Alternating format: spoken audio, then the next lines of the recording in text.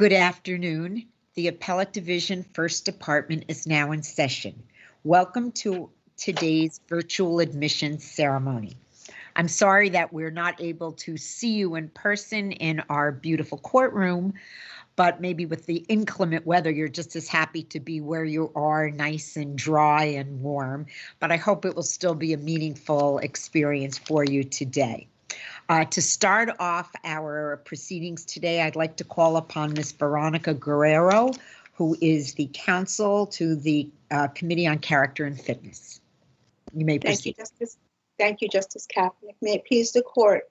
Good afternoon. I, Veronica Guerrero, counsel to this court's Committee on Character and Fitness. I'm honored this afternoon to present to the court 26 applicants for admission to the bar. Further, I am pleased to report that the committee has examined the records of each applicant appearing here this afternoon. Accordingly, and on behalf of the committee, I certify that each applicant appearing here this afternoon does possess the requisite character and fitness to merit admission to the bar of the state of New York, and therefore I do hereby move for their admission. Well, thank you very much. I have had an opportunity prior to our getting onto this virtual ceremony to talk to my colleagues, and we're pleased to tell you that we're very happy to grant your motion today. So, Ms. Guerrero, we would appreciate on behalf of all of us if you would extend our thanks to the many members of the the Committee on Character and Fitness who have interviewed all of these applicants and reviewed their applications and presented to us today what seems to be a very fine group of applicants for admission to the bar today. I will let them know, and thank you, Justice Kapnick. Thank you, Ms. Guerrero. At this point, I would like to call upon the clerk of our court, Susana Rojas, who will administer the oath of office. Good afternoon, Justice Kapnick. Good afternoon, candidates. I will administer the oath in the form of a question.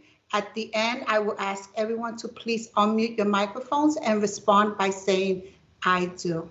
At this point, I ask everyone to please raise your right hand. Do you solemnly swear or affirm to support the Constitution of the United States and the Constitution of the State of New York, and to faithfully discharge the duties of the office of Attorney and Counselor at Law to the best of your ability? Please respond by saying, "I do." Unmute your microphones, please. I do. I do. Okay, congratulations, attorneys. You may lower your right hand and mute your microphones. Thank you. And if all the people here at the court, including the judges, would like to unmute their microphones, we would like to give you a little round of applause and congratulate you.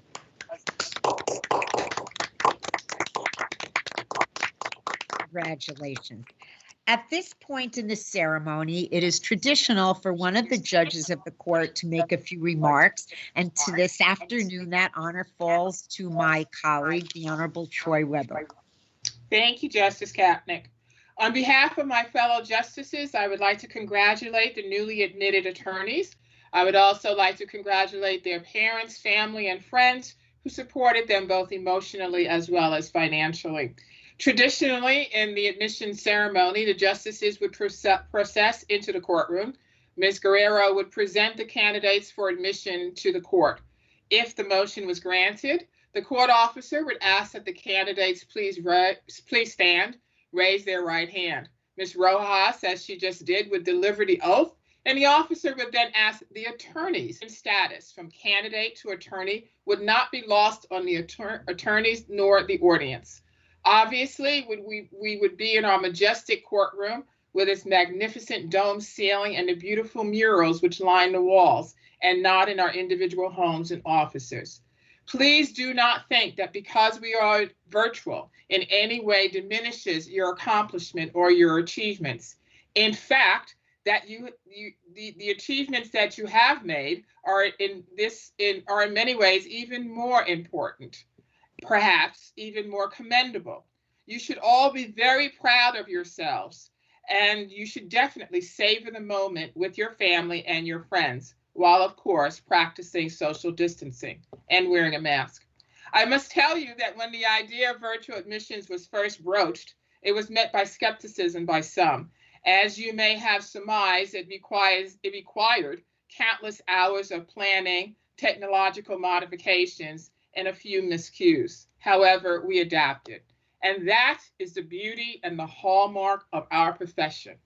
That is what being an attorney is all about, the ability to adapt, the ability to recognize an issue or a problem and find a solution, and the ability to work together to do so. These are certainly extraordinary times, and we are all confronted with extraordinary challenges, both personal as well as professional. However, we are also all confronted with the ability to bring about change and to make a difference. The ability to make our world a safer place for each of us, for our families, and for our individual communities. And when I say we, it is because we are all in it together. We are all there to support, help, and encourage each other. There are many vehicles for making a difference. It may be volunteering to assist those less fortunate who are in need of with legal issues. It may be serving as a mentor to current law school students who are facing a myriad of issues which are multifaceted and which have never been faced by law school students in the past. It may be by joining a bar association or becoming more active in your law school or college alumni association. The practice of law is certainly in flux. And while this may be frightening and uneasy to many, it is also in many ways exciting. It allows us all to think beyond what has been the norm, to explore new and arguably more efficient ways of practicing law. And it allows us to explore what can be and what the practice of law should be. With the oath you have just taken also comes a set of principles and obligations that now becomes part of your life forever, whether you remain a practicing attorney or not. For the rest of your days, you and your actions will be judged in light of your education, as well as your status as a member of this profession. While many of us see this as a burden, it is also an honor. As Thurgood Marshall stated, each of you as an individual must pick your own goals. Listen to others, but do not become a blind follower. Do not wait for others to move.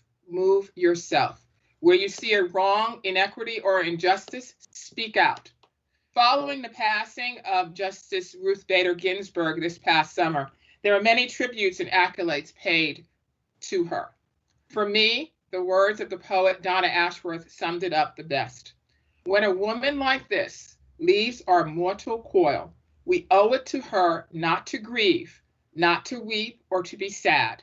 We owe it to her to rise, to be a bit more like her, to be louder and to be braver, so that the girls born today will have new heroines to look up to. This is what she would want. So attorneys, plunge deeply.